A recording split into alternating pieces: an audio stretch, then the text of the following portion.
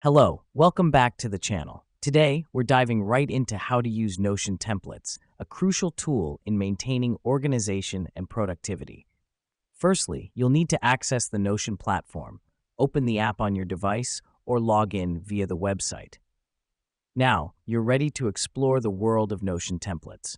The reason we do this first is to ensure that we have a solid foundation to work from.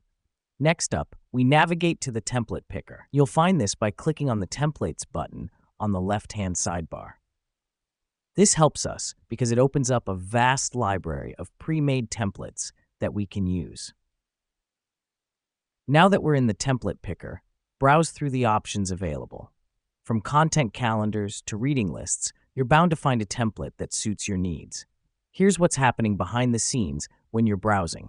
Notion has curated these templates based on user feedback and common use cases, which means you're getting tried and tested formats.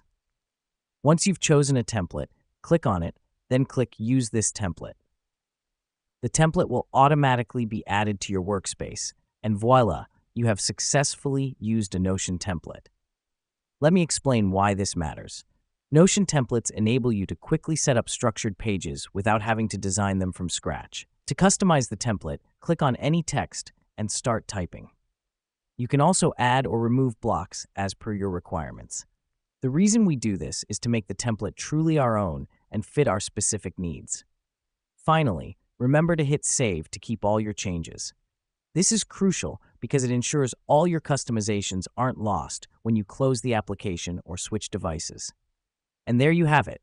You've now mastered how to use Notion templates. It's an easy and efficient way to organize your work or personal life. Thanks for watching. Until next time, stay productive.